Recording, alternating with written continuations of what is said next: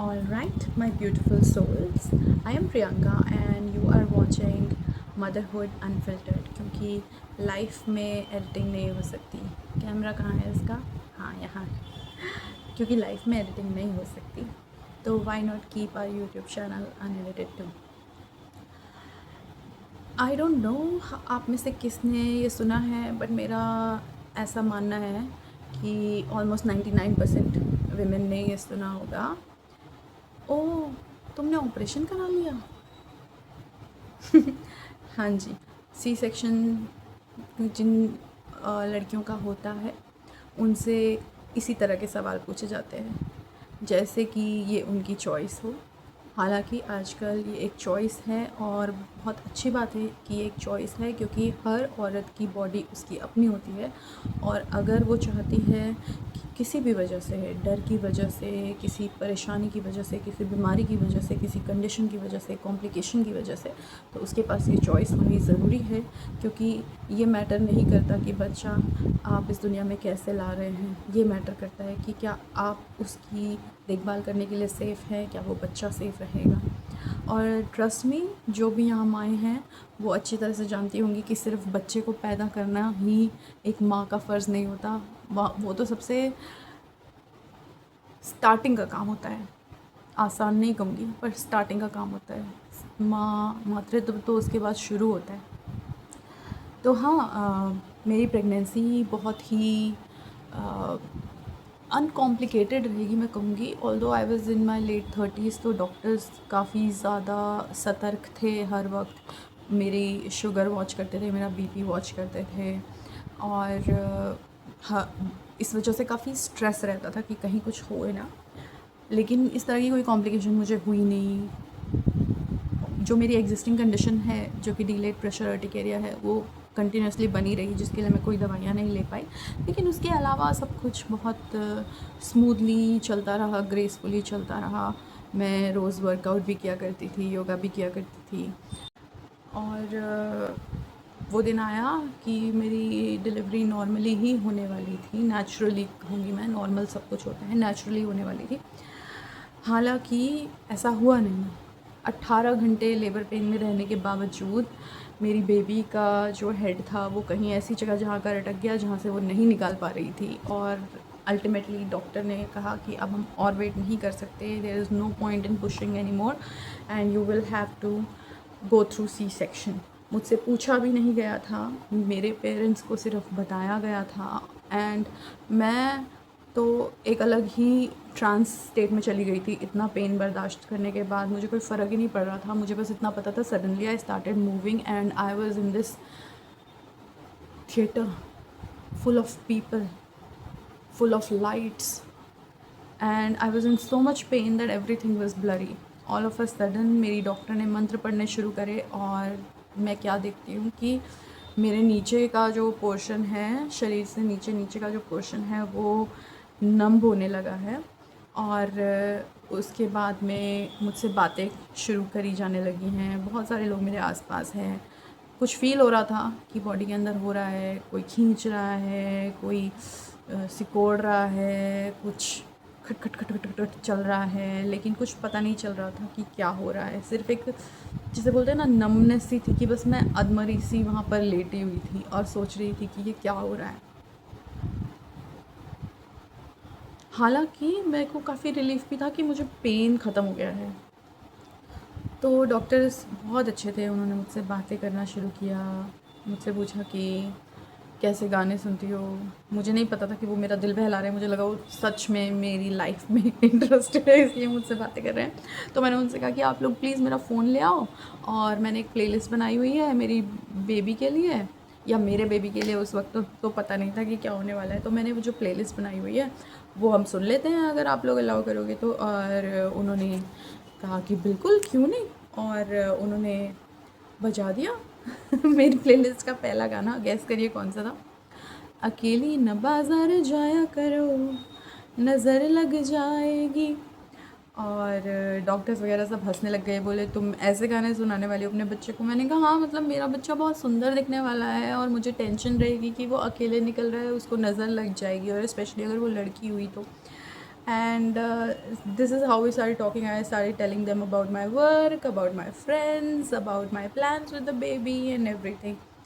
थोड़ी देर में मुझे उन्होंने बोला कि प्रियंका बेबी गर्ल आई है, और मैं तो बड़ी खुश, लेकिन मुझे कोई आवाज़ नहीं आई। तो मैंने कहा कि डॉक्टर वो ठीक तो है ना, ये बोल क्यों नहीं रही है। And then they brought her to me for just few seconds to show me her face, and she was like this looking at me, and then they just took her away. Now I'm gonna start talking about that moment, that happiness a lot, but I will not. Let's fast forward. मेरा operation हुआ और मैं काफ़ी relieved थी to be honest उसके बाद, कि pen नहीं था, बट मैं बहुत ज़्यादा कंफ्यूज्ड थी। आईसीयू में आई स्टिल रिमेंबर जो एसआईसीयू था उसके अंदर मेरी बहन मेरे साथ में बैठी हुई थी, और मैं उससे बोल रही थी कि am I still alive, am I still alive? I could not feel anything. Next day मैं सोच रही थी कि अब क्या है, कुछ भी नहीं है, दर्द तो हो ही नहीं रहा है। नेक्स्ट डे जब मुझसे हिला भी नहीं गया तो मुझे समझ में आया कि भाई ना ये पानी दे रहे हैं, ना ये मुझे, मैं हिल पा रही हूँ, मैं कैसे टॉयलेट जाऊँगी। ये सब चीज़ें सोच कर मेरी जो हालत ख़राब हुई है, और जो एहसास करके हालत ख़राब हुई है, ऊपर से हर किसी का ये सवाल जब फ़ोन्स आते थे पूछने को कि क्या हुआ, लड़का, अच्छा लड़की हो गई, ओ ऑपरेशन हो गया, मतलब कि खुश तो ये लोग होंगे ही नहीं। Anyway, that was least of my worries. The problem was कि इतना दर्द हो रहा था हिलने में या चल के टॉयलेट तक जाने में कि समझ ही नहीं आ रहा था कि क्या होगा आगे आने वाले दिनों में। बट मैं फिर भी काफ़ी होपफुल थी कि चलो ठीक है, पेन किलर्स होंगे, सब कुछ होगा, उससे सब मैनेज हो जाएगा। पर दुनिया मेरी पलटी तब जब ऑपरेशन के 24 घंटे भी नहीं हुए थे और मुझे शिवरिंग शुरू हो गई। शिवरिंग शुरू हुई और डॉक्टर्स आए और उन्होंने मुझे कुछ पेन किलर्स या पता नहीं क्या लगाया ड्रिप में, जिससे मुझे फेटल रिएक्शन हो गया। ऐसा एलर्जिक रिएक्शन हुआ कि I started flaring up, swelling up from all over the face, all over the body, और मुझे पता लग गया कि ये मेरा DPU ट्रिगर हो गया है, अर्टिकेरिया ट्रिगर हो गया है। ये अर्टिकेरिया ही नहीं, एंजियोएडिमा होने लगा है। तो मैं काफ़ी डर गई। मैंने इमीडिएटली सब कुछ बंद कराया और डॉक्टर को फ़ोन करा कि मुझे कुछ भी ठीक नहीं लग रहा है। और उन्हें दिखना शुरू कर दिया मेरे, बिकॉज़ मेरे होंठ स्वेल होना शुरू हो गए, मेरी आंखें स्वेल होना शुरू हो गई, मेरी नाक स्वेल होना शुरू हो गई, मुझे गले में दर्द होना शुरू हो गया। बिना देर किए हुए वो मुझे आईसीयू में ले गए। मेरा बच्चा एक दिन का भी नहीं हुआ और मैं उससे अलग हो गई, मेरी मॉम और मेरी बहन मेरे बेबी के साथ, और मैं आईसीयू में पूरी रात में बस भगवान से ये प्रे कर रही हूँ कि मेरी कंडीशन और ख़राब ना हो। मैं स्वेल होती गई और बेसिकली मुझे अपने बच्चे से दूर रहना पड़ा। 3 दिन मुझे उसी हालत में रहना पड़ा। मैं कोई दवाइयाँ नहीं ले सकती थी because I am allergic to pain killers. उन्होंने मेरे को एंटीबायोटिक्स नहीं दिए because they were not sure if they will react on me and cause more reactions, more angioedema. तो I was lying there with a scar with no medicine for infection, with no medicine for pain, and this is how my life is going to be for next several days. Catheter लगा हुआ था, उसका दर्द जो निकलने के बाद irritation होती है वो अलग। उसके अलावा कोई आपको ये नहीं बताता है कि सी सेक्शन के बाद आपको कॉन्स्टिपेशन बहुत बुरा हो जाता है। मुझे पूरी प्रेगनेंसी में कॉन्स्टिपेशन नहीं हुआ, बट सी सेक्शन के बाद जो मेरी हालत ख़राब हुई है। एनीवे, सबसे मुश्किल काम मेरे लिए बिना पेन किलर के वो नमनेस के साथ अपने अगला 1 महीना निकालना था। मैंने हार नहीं मानी, लेकिन बच्चे को भी खिलाना है, उसे दूध भी पिलाना है, उसको लेकर रात भर घूमना भी है, और बिना पेन किलर्स के अपने स्कार को हील करना है, इन्फेक्शन ना हो, इस बात के लिए भी पूरा ध्यान रखना है, क्योंकि कोई आप दवाई नहीं ले सकते हो किसी भी तरह की। तो नॉर्मल नेचुरल डिलीवरीज़ बहुत अच्छी होती हैं। मैं बहुत खुश हूँ उन लोगों के लिए जिनके पास ये ऑप्शन है और जिनको ऐसा करने मिल जाता है। लेकिन अगर किसी का सी सेक्शन हुआ है ना, तो आप उसको छोटा मत महसूस कराइए, क्योंकि आपको नहीं पता कि किन परिस्थितियों में उसका सी सेक्शन हुआ, उस सी सेक्शन के बाद उसको किन मुश्किलों का सामना करना पड़ा, उसकी रिकवरी कैसी रही, आपको नहीं पता। कोई भी मदर सी सेक्शन के बाद 6-6 महीने तक रिकवर नहीं कर सकती है। आज मेरी बच्ची 6 महीने की भी नहीं हुई है, होने वाली है, लेकिन मेरे जो स्कार है, जो मेरा लोअर पार्ट है मेरी बॉडी का, वो अभी भी नम है। नम एज इन सुन, अगर मैं पिंच भी करूँ ना वहाँ पर तो मुझे कुछ फील नहीं होता है, अंदर की नर्व्स डेड हो जाती हैं।